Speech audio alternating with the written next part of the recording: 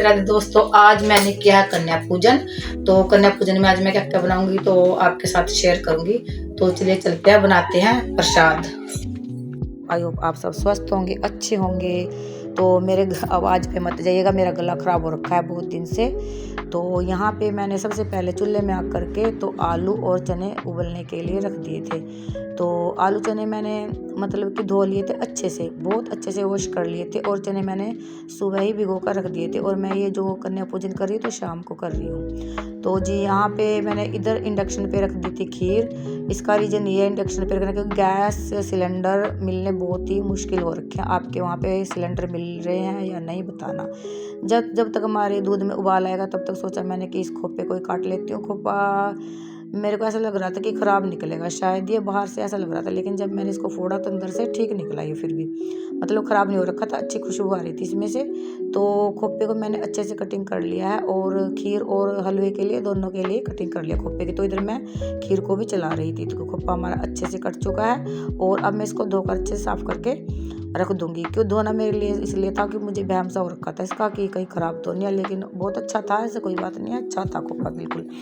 तो इसको अच्छे से धो लिया है। धोकर मैंने आधा इसको खीर के अंदर डाल दिया और आधा मैंने रख लिया था प्रसाद के लिए। तो यहाँ पे खीर मेरी बहुत अच्छी बनकर तैयार हो गई थी गैस के ऊपर। यहाँ मैंने 1 से 1.5 लीटर दूध की खीर बनाई थी और चीनी मैंने इसमें कम ही डाल लिया है क्योंकि आजकल बच्चे मीठा कम ही खाते हैं। तो यहाँ पे मैंने 2 ढक्कन से ही डाल लिया, मतलब कि 1 कटोरी होगी चीनी की। और खीर इतनी टेस्टी बनी थी भाई, क्या बताएं, बहुत ही टेस्टी बनी थी। माता रानी का प्रसाद तो वैसे भी अच्छा बनता है। तो आलू चने मैंने उबलने के लिए रखे हुए थे ऊपर छत पे चूल्हे पे, तो वो उबल रहे थे। तो तब तक मैंने सोचा मसाला कर लो। और मसाले में आपको पता ही है माता रानी के प्रसाद में लहसुन प्याज नहीं डालते। तो यहाँ पे मैंने टमाटर, हरी मिर्च और अदरक, बस ये 3 चीज़ों का ही पेस्ट बनाया था। इनसे इतनी टेस्टी सब्जी बन गई थी कि क्या मसाले वाली सब्जी करेगी। तो पेस्ट मेरा बिल्कुल अच्छे से हो गया है। तो अब मैं इसको एक बाउल में निकाल लूँगी क्यों छौंक की तैयारी करनी है ना मुझे। और मुझे ये भी था कि जल्दी से मैंने कन्या पूजन करने, कहीं शाम ना हो जाए। मैंने 4 बजे का टाइम दे रखा था सभी कन्याओं को। तो सुबह मैंने इसलिए नहीं किया था क्योंकि आज कोई बोल रहा था 14 आज है, कोई बोल रहा था कल है। तो फिर पंडित जी ने बताया कि आज 6:30 बजे से 14 लग गई थी। तो जी यहाँ पे नमक, मिर्च, हल्दी, गर्म मसाला और मिर्च मैंने थोड़ी डाल लिया क्योंकि हरी मिर्ची मैंने रखी हुई है, इसमें तो डाल रखी है, पीस रखी है। तो यहाँ पर थोड़े खड़े मसाले ले लिए जैसे कि जीरा, धनिया, तेजपत्ता, बस यही चीज़ें लिया मैंने। और फिर मैंने सभी चीज़ों को पीस कर छत पे आ गई थी। तो चनों का पानी मैंने निकाल लिया था और पतीले को अच्छे से दोबारा से वॉश कर लिया था, कहीं किरकल वगैरह ना रह जाए। और इसमें डाल लिया था मैंने सरसों का तेल। आप जो भी तेल खाते होंगे, यूज़ करते हो, तो मैं सरसों का यूज करती हूँ अधिकतर।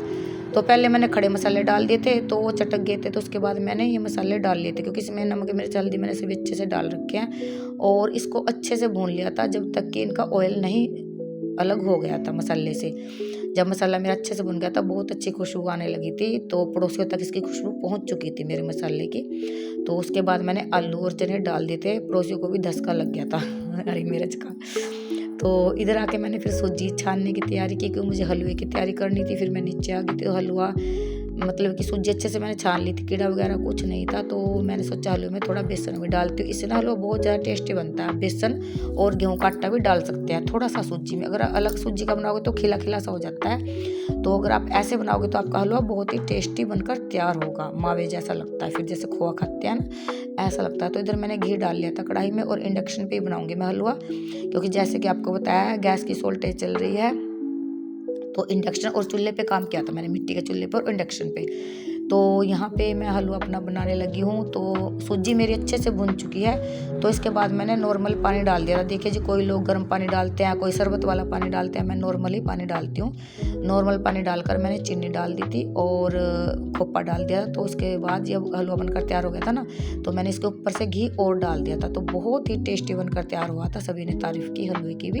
तो माता रानी की कृपा से हलवा भी हमारा बनकर तैयार हो चुका है। इधर मैं बनाने लगी हूँ आटा क्योंकि टाइम भी 3:45 बज चुके थे दोपहर के। मैं 1:30-2 बजे से लगी थी ये तैयारी में और मुझे 3:45 बज चुके थे इस काम में। तो जी यहाँ पे आटा भी हमारा बनकर अच्छे से तैयार हो गया। और इधर मैं कंजकों को बुलाने चली गई थी।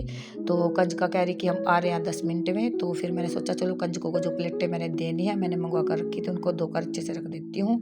और हलवे को एक पतीली में मतलब कि पतीली में रिता लिया था मैंने सारा हलवा।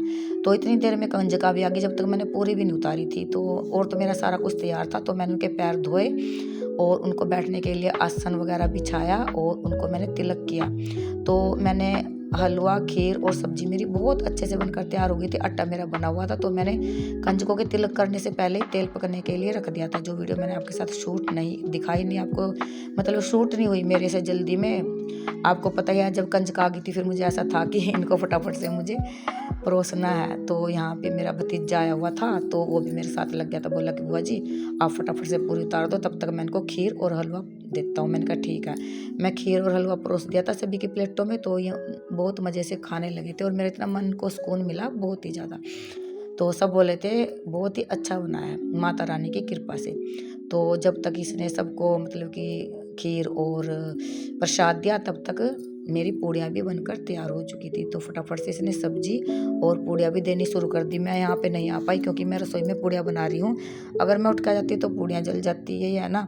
तो लास्ट में जब सब जाने लगे थे तो प्रसाद के रूप में मैंने सबको पूड़ियाँ परोसी थी, क्योंकि जब जाते हैं ना तो थाली भी खाली नहीं देते। हमारे यहाँ मानते हैं कि जब कन्याएं घर से जाती हैं तो उनकी थाली में प्रसाद वगैरह रख के देना चाहिए। दो पूड़ी प्रसाद जो भी आपके घर में बनाया हो। तो सभी चीज़ें मैंने परोसती थी। तो माता रानी की कृपा से कन्याओं का भी पूजन हो गया आज। और मुझे टेंशन हो रखी थी क्योंकि मैं वृंदावन चली गई थी ना, तो अष्टमी वाले दिन आई थी मैं वहाँ से। तो वैसे तो मुझे अष्टमी वाले दिन जमानी थी कन्याएं, तो फिर अष्टमी वाले दिन मैं नहीं जमा पाई थी। तो इसलिए मैंने 14 वाले दिन जिमाई है कन्याएं। तो कन्याएं भी अच्छी आ गई थी, छोटी छोटी सी थी और इनके साथ भैरवनाथ भी थे मैया रानी के। तो सभी आकर जिम कर गए अच्छे से और श्रद्धा से। मैंने सबको प्रसाद दिया और मुझे बहुत ज़्यादा सुकून मिला सबको प्रसाद दे के। माता रानी की कृपा सब पर बनी रहे। ऐसे ही माता रानी अपने कंजकों को हमारे घर पे बुलाती रहे और जिमाती रहे। माता रानी जी आपको दक्षिणा देकर घर से विदा किया और सभी कन्याएं अपने घर मुझे आशीर्वाद देकर चली गई थी। तो आपको आज की वीडियो कैसी लगी प्लीज़ कमेंट करके ज़रूर बताइएगा।